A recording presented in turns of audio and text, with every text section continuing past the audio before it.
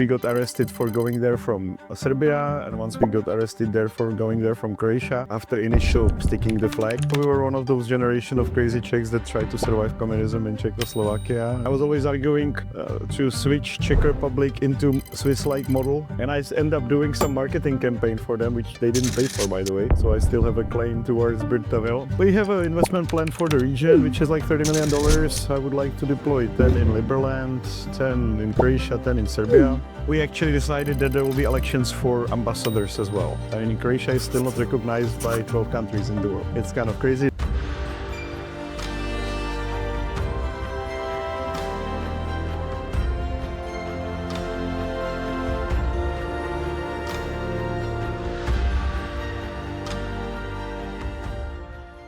Firesides for the network in city-states. I'm very glad to be here with Vit from Liberland. Thank you for coming on. I'm glad to be here with you, James. In these, we try to dive a little bit more behind the individual and not just the project. So Vit, I'd love to start with you. Where are you from? I'm originally born in Czech Republic. I was born, 7 years before the communism fell apart. So I had this opportunity to see how it works. And I can still remember it, right? I can even remember the queues for the bananas and, and the shortage of toilet paper and the madness of my father being kicked out of work as well for political reasons and my grandfather as well, actually. So, but yeah, we were one of those generation of crazy Czechs that tried to survive communism in Czechoslovakia, and also one of the Czechs that also tried to make it after the revolution. My father was extreme in trying to get business going, and they actually got big business going, and then he got smashed by central bank and by stupid political decisions, or I would say internal fights, or I would even call it like a globalist takeover of Czech Republic in 1997, because the central bank raised the interest rate to 40%. Yep. And that completely killed the domestic business. So all these things kind of got me thinking okay, we have done something, we improved something when it came to changing from communism to social democracy. But I was always considering how much better Czech Republic could do, and that's why I started Reformy.cz. Was my YouTube channel. It's now 20 million views on across the channels, and then we started political party that made it to parliament finally yesterday.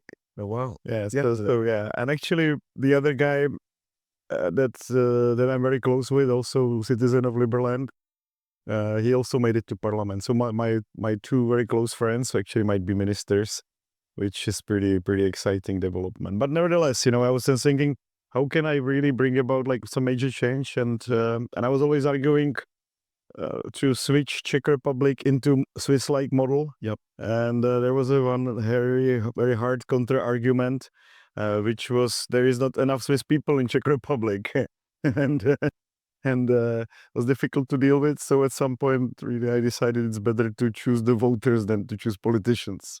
Mm-hmm.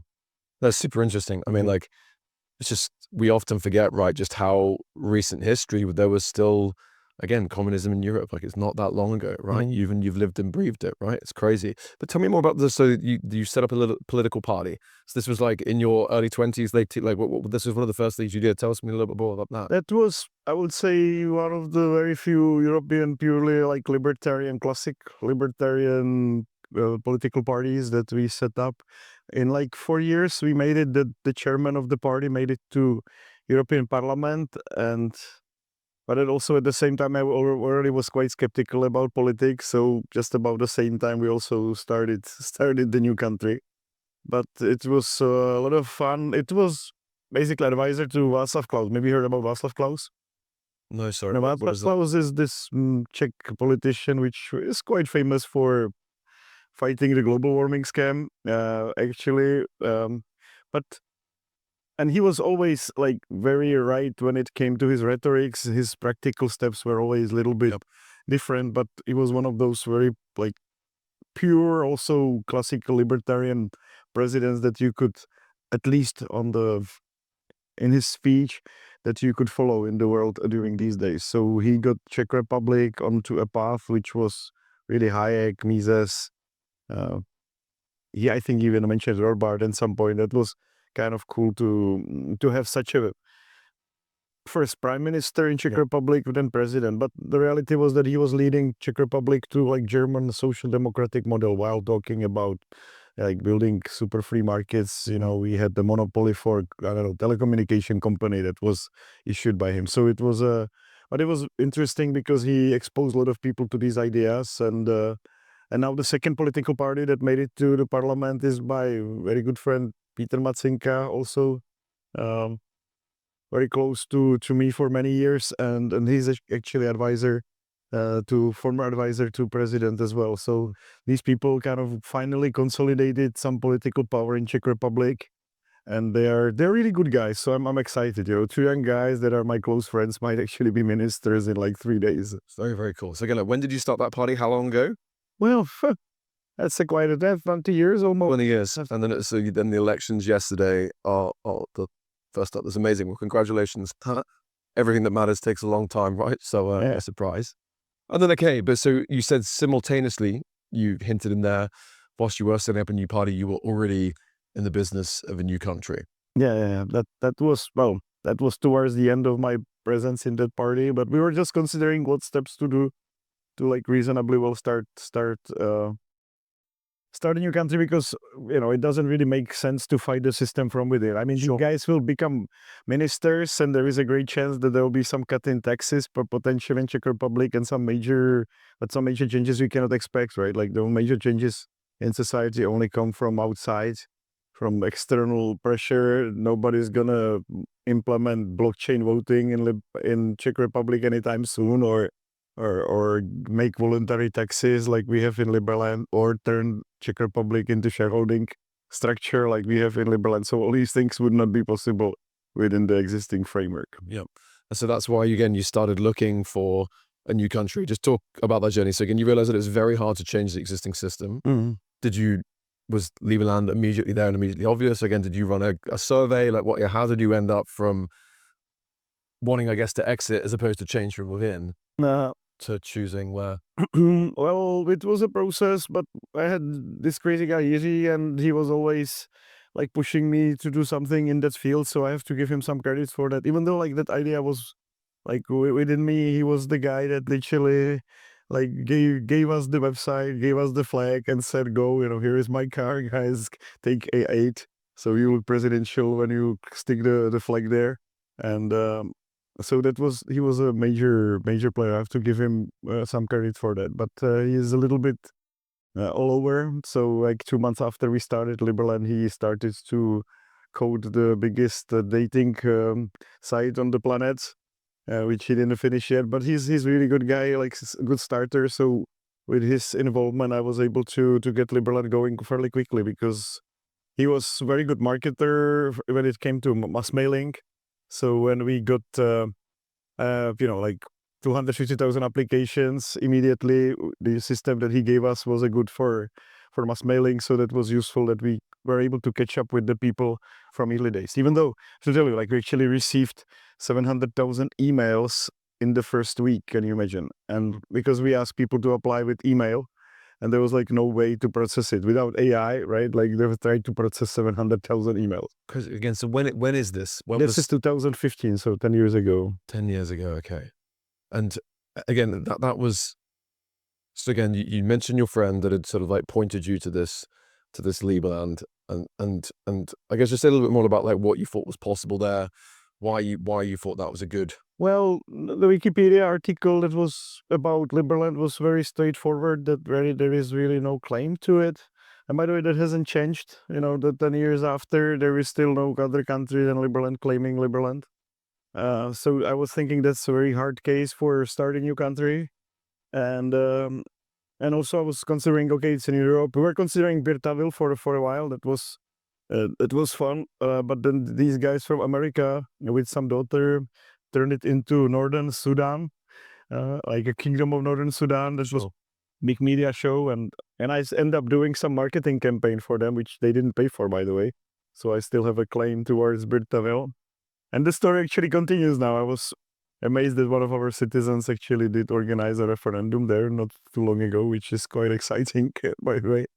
And his name is Max. It really reminds you of the Mad Max movie. So we're all over when it comes to these other territories.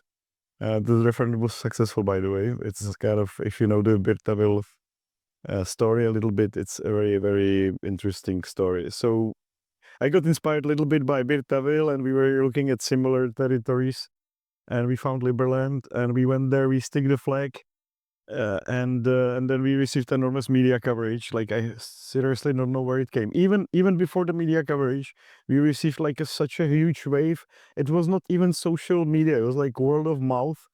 Huge wave of people simply like loving the idea and applying for citizenship. And then the media wave came. Then and so much emails. For example, I didn't reply to Washington Post inquiry for interviews, so they wrote a very not nice article for not replying to their interview. And after all, like 250,000 applications and 700,000 emails, the Croatian government gets together on Sunday. We were lucky because we had one Liberlander on that meeting, so we know what was going on. So they had this secret meeting in which they decided they have to do something about Liberland because it's getting out of their hands. So they said it's a joke, internet joke. And second of all, they decided to completely lock Liberland, basically they even have anti-riot police, and then they didn't know how many people should they expect. And at some points, like 100 people were coming to Liberland randomly from all around the world just to visit it. So I went there as well, right? I went there twice. Once we got, after initial sticking the flag, once we got arrested for going there from Serbia, and once we got arrested there for going there from Croatia. It was a lot of fun because the judge, Sava, and by the way, who recently retired, is kind of our friend. He was joking that his kids actually almost got arrested when they tried to go there. So he already knew what's going on in Liberland, and he also told me that every good president gets arrested before becoming president during that initial case. So he congratulated me for making it to his court. So that was fun days, and we literally had like 8 years of building the network, diplomatic network, building the IT infrastructure. And not being able to get to Liberland. So 8 years we were having a major events, and we always got like 10, 20 people arrested just for going to Liberland, just to build up the case. But the case was always simple. People were leaving Croatia illegally if they went to Liberland. So they very well recognized that there is a border and that it's not their territory. What they also did, they put 2 no parking signs for boats at the beginning and at the end of Liberland. That was also fun. Because what's their problem with it in the first place? That why were you arrested by both Croatia and No, I was not arrested they never arrested by Serbia. Let me knock on the woods here. I was only arrested by Croatia. Croatia is trying to push this piece of land to Serbia, which they don't want, but it's very difficult for a sovereign country to push some piece of land to some other country. So why does Serbia want it? What Serbia already stated, and by the way, that actually initiated that secret meeting 11 days. They stated to the media that they don't mind creation of Liberland. It was not formed on their territory. While actually, historically, Liberland was piece of Serbia, right? So we have this nice, like, giveaway from Serbia when it comes to territory. And when we are talking about, like, I give away it seriously. They completely deleted. They bought all the private parcels in it, and then they deleted it from Kataster, and that's it, right? Like that was what they did. And Croatia never ever incorporated Liberland in any shape or form into their territory. So if you combine the 2 cadastre maps, there is white space in between, and it's when was it last time? Was it like the USSR or something? Like what was the last like? No, that was Yugoslavia when it was Yugoslavia. Just before during Yugoslavia, nobody cared, right? But after fall of Yugoslavia, everybody kind of cared about the borders. And the main point is that if Croatia would ever claim Liberland, they would lose 10 times bigger territory on the other side of the river. So there is a great incentive for them not to claim it. And why is that? Sorry, why would they lose extra? Because the river basically changed path, and if the river changes paths, usually according to international law, the borders don't change, right? Yeah, sure. Makes sense. So Croatia is right in that respect, like according to international law. But Serbia is saying, no, there is a river and let's make that into border, right? So, Okay, so they disagree. So Serbia wants the border to be where the river is, whereas Croatia is saying, no, it's the original border was here. Okay. yeah. And so you're saying that the reason that Croatia doesn't want Liberland is because they would then have to lose this gap between the 10 river times and bigger land on the other side of the stream. So that's their reasoning for not claiming Liberland in any shape or form, which is useful for us. And yes, they're like, it's already 10 years in and nothing has changed except of one little and very important thing, which happened recently, is that Liberland was geographically divided from Croatia, which is a very important element because we have literally became 2 weeks ago a river island on Danube. Interesting. So the course of the river has continued to change. Not that anything physically changed, but all the important maps in Europe show now there is a channel between Liberland and Croatia all the way. So that makes us a river island on Danube, basically protected by the Danube treaties and giving us a special status, which I believe is important, very important. And that move has been like prepared, and now it happened. So it's something which gives us much better position for the future. Interesting. So what's the Danube treaties? So Danube Treaty is an international treaty between different countries, almost actually. I think all the countries on Danube, and even including Russia, saying that that Danube is international waterway, not to be meddled to it by nation states. So it has a similar status like ocean. Okay. So it's one of the few places where you can kind of go into international waters, not having to travel 20 nautical miles, but you can just jump right into Danube and you're in the middle of like no man's land when it comes to the territory or like jurisdiction. So these problems, like no parking signs and stuff, are all some time ago. Things are sort of like different now. No, the no parking sign has not been resolved, and that's, I would say, the major hurdle for us for quick development. But many other things have been resolved, which is useful. The access is now possible. On August 6th, 2023, the borders were open under like serious pressure from Liberlanders after I met the president of Croatia, after huge pressure from YouTube. By the way, there is a funny video by Nico Milana that made a video about going to Liberland and getting his ass kicked also just for coming there. Has 12 million views, and it's a fun video. So I recommend you to watch that. It's a nice. But so why did he get his ass kicked for just going to Liberland? This is tricky. It's like we've got Prosper on the stage later as well, right? It's really tricky when the governments don't like you. Yeah, but that video is extremely useful because in that moment, Croatia lost capacity to basically attack us physically, because we had like 12 million views of a famous YouTuber getting his ass kicked just for sticking Liberland flag. So it was a major shift when it came to perception. That video didn't help us when it came to like occupying Liberland, because it's still one of the like main sources of people's knowledge about Liberland. But it was very helpful in making sure that we eliminated what Croatia can and cannot do to us. Because of course, like, that's the fun fact, like they also realize they're in no man's land. So they can basically do to us whatever they want, but they also know that they're being watched now by 24 cameras on the island. So they are very careful in what they're doing to us. And they're literally helping us to secure the territory right now. And it already cost them like extra 12 million euro just to watch us. So that's something we should pay back to them at some point. Because they're very good border guards of Liberland since now 10 years. Okay, interesting. Okay, let's move on from that for now. Like, you do have like a very big community. What's the plan right now? What's the next steps? What are you trying to do? Well, we have an investment plan for the region, which is like $30 million. I would like to deploy 10 in Liberland, 10 in Croatia, 10 in Serbia, just to make them feel a little bit more comfortable in us having us there. And yes, we just finished our blockchain governance. I think 99%.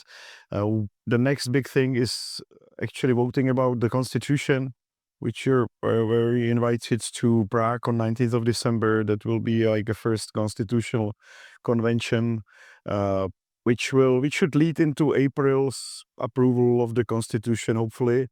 But I would really like to have a serious libertarian debate on how the constitution should look like. So people like Herman Hanzope are coming to debate with us the structure of the constitution, and many other big names in the libertarian or anarcho-capitalist. I'm actually looking forward to this libertarian debate. You're a socialist, no, you're a socialist style, where we will be attacked from the anarcho-capitalist about our constitution not being enough libertarian. So, but I'm looking forward to that, because my goal with Liberland is really to combine like the best elements of what existed previously when it comes to monarchical management of the country with the world of DAO.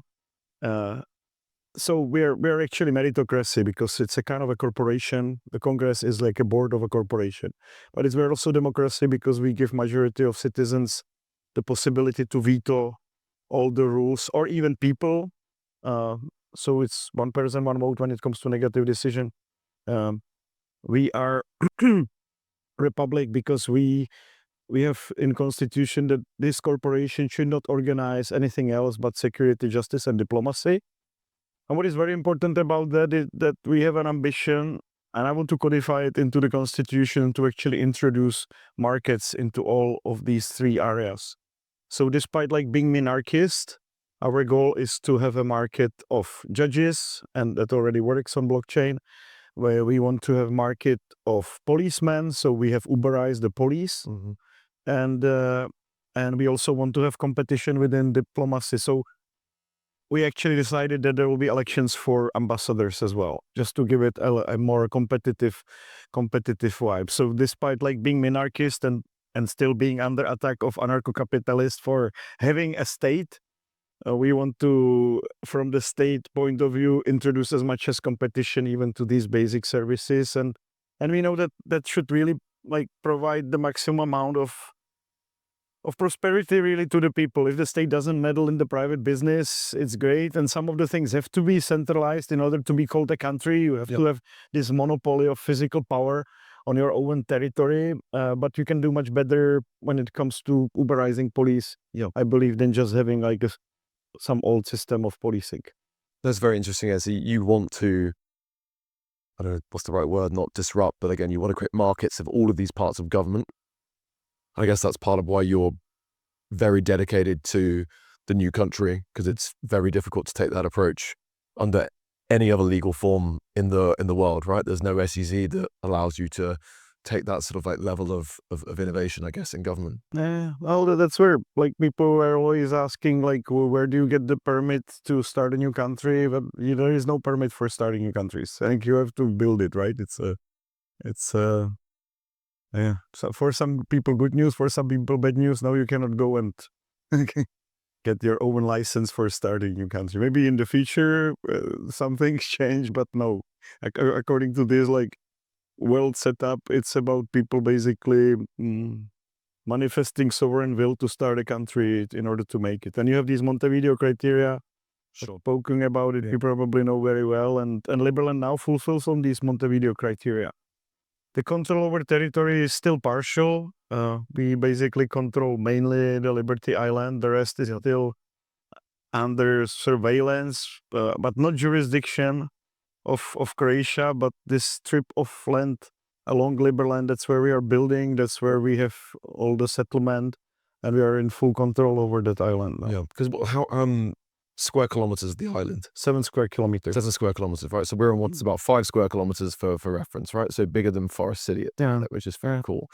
And then you mentioned again that you were investing $30 million, 10 into the island, but then 10 sort of into Serbia and Croatia. So you're sort of like expanding the area or like leveraging the land around the land. Is that sort of like part of the plan? No, we have to build up some infrastructure for Liberland as well. So the harbor in Serbia definitely needs upgrade. By the way, I'm building ARC as well. So we are in the same business. It's ARK.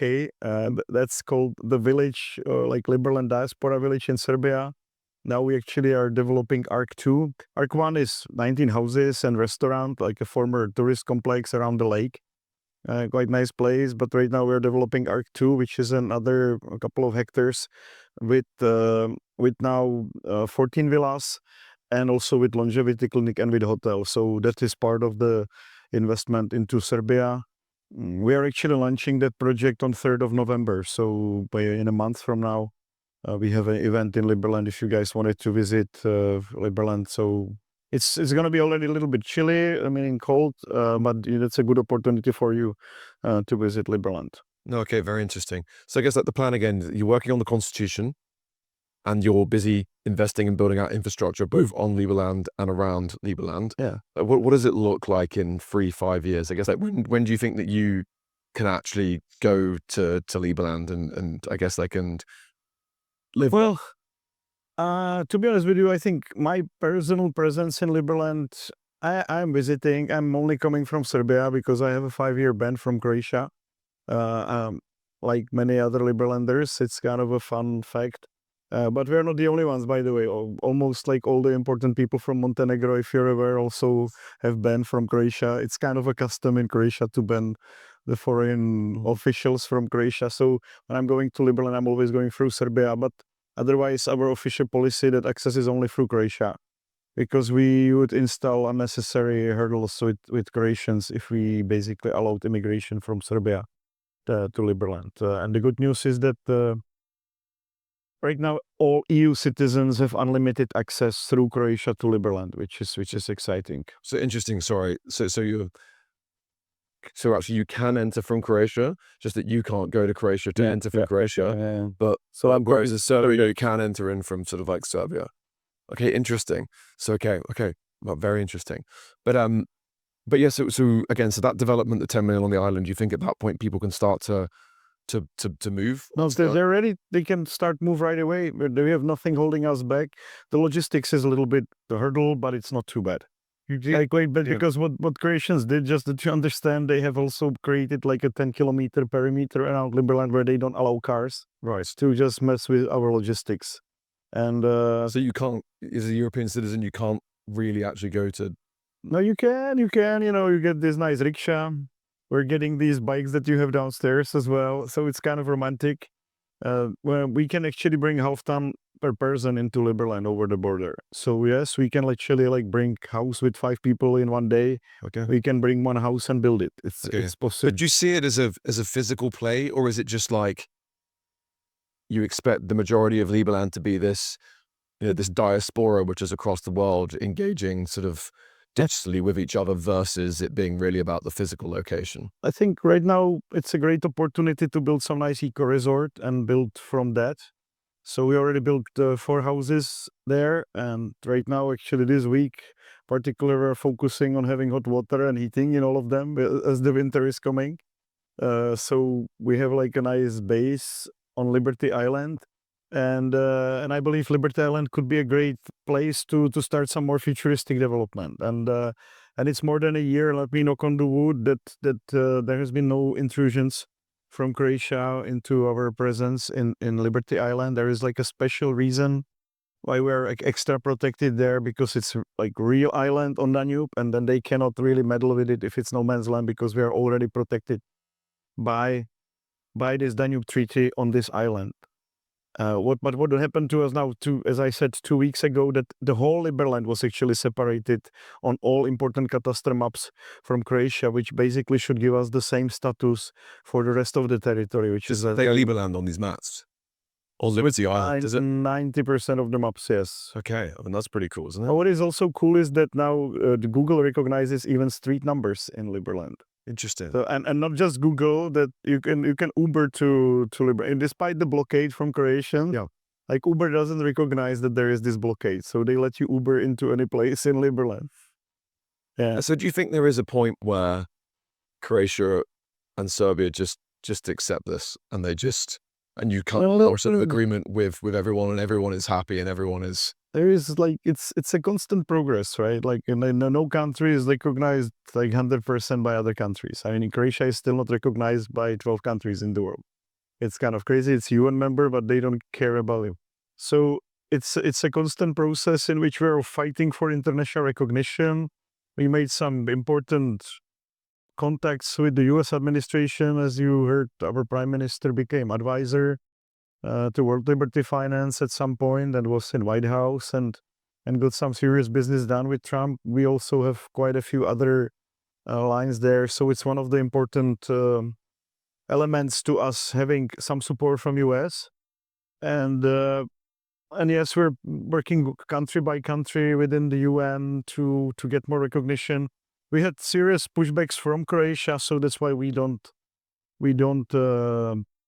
announce the recognitions that we made or diplomatic relations that we are following right now. It was very funny. Like we got actually El Salvador very close to recognition, and when Croatia recognized that, they built school in El Salvador. So now there is a taxpayers funded school by Croatia in El Salvador. We actually donated for the hospital, and they built the whole school right after. And that's tit for tat politics or diplomacy with El Salvador because they were close to recognizing Liberland. Yeah. Okay, very interesting. But I think it's also interesting form of like business offer. We're coming to your country so that Croatia can build a school in your country. So no, it's super interesting.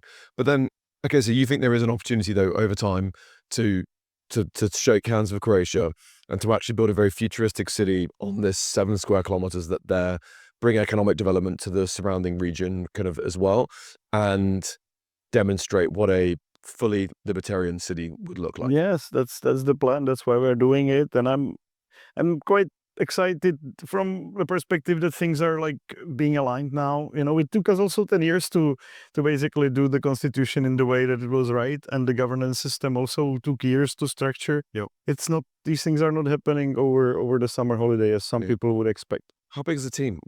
How many people work on this? For 50, I think right now, like more or less full time, and of course, like there are people organizing the settlement. Yeah. There are people structuring the Uber application for police. You can test it, by the way, and it works for tasks. Like there is this idea to make this task-based thing here in Network State. We have that platform. Actually, I would like to look into if we couldn't make some APIs so that the tasks from Network State would show up in our application and vice versa. I think there is a huge market for all these on-demand services, which has not been explored yet. I mean, we Uberized, there's like a lot of things have been Uberized, but like general task management, Uberized for both AI and humans has not really been done yet. We've got Fiverr, but it's not this like, come here at this minute and do that. And if you do that, you get this reward and you get this reputation from it, which will automate basically interaction of humans and robots. And it, you know, like I think it's going to be fairly soon. Like this robot gets the task to bring this back to this other robot, and you will have some sort of protocol for all of these interactions that we are kind of getting ready to plug into with our Uber application for police. Interesting. So we're just like a breakdown of those 50 people. Like they're like, what are they all doing? Yeah, it's very interesting. Well, we've got 7 congressmen, finally congresswoman as well. Brittany Kaiser joined the team, which is quite nice. This is this whistleblower from Facebook, if you remember the case. But she's also a nice venture capitalist. We've got people like Evan Lutra, famous guy in crypto space. Then we've got guys that are with me for 8-9 years already, like Tariq Abbasi, a very strong diplomat from UK. And also, what are they doing day to day? Like, what are they? They are working on recognitions. Like Tariq is flying around the world like crazy. Navid was here with me as our Minister of Finance. You know, we've got spokesperson, right? She was here with me as well. Chief of Staff was here with me. But we have offices also around the world, and people have to work with them. So we were printing passports, printing e-residency cards, developing relations between Liberland companies and banking institutions, building our blockchain, which recently became EVM compatible, building our infrastructure, which everything has been tokenized now inside of Liberland, but also it takes still some work to connect the land register with the blockchain land register, which has not been finalized. That's one of the things to do. And also we're still lacking, this market of judges already is working partially, but still there is like 2 more months of work of programmers to actually turn it into nice thing that anybody can plug in. So when it comes to judges, we're also introducing market fully, right? Like it will be fun. We're combining the best elements of international arbitration with a proper market for judges. Anybody can jump in and become judge in Liberland. If somebody chooses him and trusts him, then it's okay. They choose him. If the other party doesn't accept that judge, then he's free to choose another judge, and then these two judges have to choose a third judge so that they can resolve the case. It's very interesting. And I guess that where does all the funding come from then for a team of 50 people flying across the world, building all this technology? Yeah, we do have a stream of inflow from new citizens, new residents. Interestingly enough, the biggest source of funding for Liberland last half year was market making our own Liberland dollar, the token, which had to be issued from the technological perspective. Initially, I didn't plan to do any currency in Liberland, but we were actually forced to do it because of the blockchain infrastructure that we took on. And it's fun that, like people just buy high and sell low and they cannot help themselves. So we're buying low and selling high against them. They're very interesting. You transparent with finances? Yes. No, we're first country in the world to run their finances fully on chain. Amazing. So how much money did you make market making over the last year? Well, around 1.2 million, so it wasn't not too bad. We could have made much more actually if we were a little bit more skilled when it comes to this, but because one day there was a bit of a interesting inflow of money, $130 million like invested into Liberland dollar. And Liberland dollar, by the way, is the first dividend of Liberland merit, right? So everybody that contributes to Liberland gets Liberland merits, and the value of Liberland merit also has risen from 1 to 2 when we settled Liberland.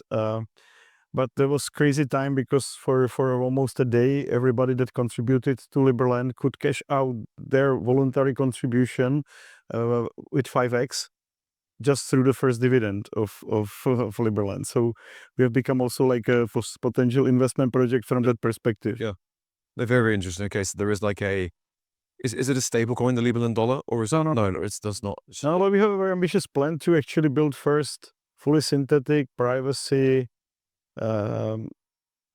stable coins. So meaning that, there is, by the way, no native stablecoin, privacy stablecoin that I know of right now. So I think that will be fun. And what is over-collateralized, very important word, over-collateralized synthetic. So there'll be no euros or no dollars or any fiat in backing. Mm-hmm. It will be only backed by crypto assets, very likely our crypto assets. It will be over-collateralized. And this is very important word because it creates this hyper stability. When people start dumping it, it actually becomes more stable. It's counterintuitive. But that's my own baby project that I would like to inspire developers to do and do it also in fully decentralized way. Fine. Then, well, maybe last question again, back to, so you've got a 50-person team, a bunch of income sources, it seems. And what's the scale of the membership, or like how many e-residencies that you've issued? We've got you've mentioned 700,000 emails. We just passed 800,000 people that signed up for citizenship. We've got, I think, 8,000 e-residents and 1,300 citizens. And just yesterday we got 2 more, which I was excited about. That I met some people that were close of becoming citizens. They already did something for Liberland in past, and now when they saw me, they became citizens. So like if we're getting to a situation when we have, let's say, 20 new citizens in a month, we're doing quite well, and we can progress very quickly, not just with like digital infrastructure, but also with physical infrastructure. And anyone become a citizen? And is there any benefits to becoming a citizen? Well, I just was speaking with that gentleman. We had to remove Iran recently, but otherwise, well, we can talk about it, but not through the website, sorry, because of the pressure. And we don't accept people that have a criminal record unless it's for something minor.